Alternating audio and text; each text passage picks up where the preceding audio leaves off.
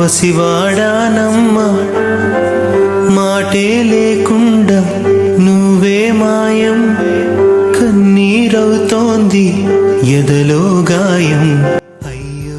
నేను లేనని ఏం బాధపడకండి, నేను ఇక్కడే ఉన్నా. మీ గురించే నా ఆలోచన. మన కుటుంబం ఎప్పుడు కలిసి ఉండాలి. పెద్దోడా చిన్నోడా మీ అన్నదమ్ములు ఎప్పటికీ కలిసి ఉండాలి. నాన్నని జాగ్రత్త చూసుకోండి. లలిత, శ్రీలత తమ్ముళ్ళని మంచిగా చూసుకోండి. మనవాళ్ళు మనవరాళ్ళు మీరందరూ నా జ్ఞాపకాల్లో తిరుగుతున్నారు. మీరందరినీ మళ్ళీ కలుసుకోవడం చాలా సంతోషంగా ఉంది. మళ్ళీ మనవరాలి రూపంలో కుటుంబంలోకి వస్తా. ఇక సెలవు.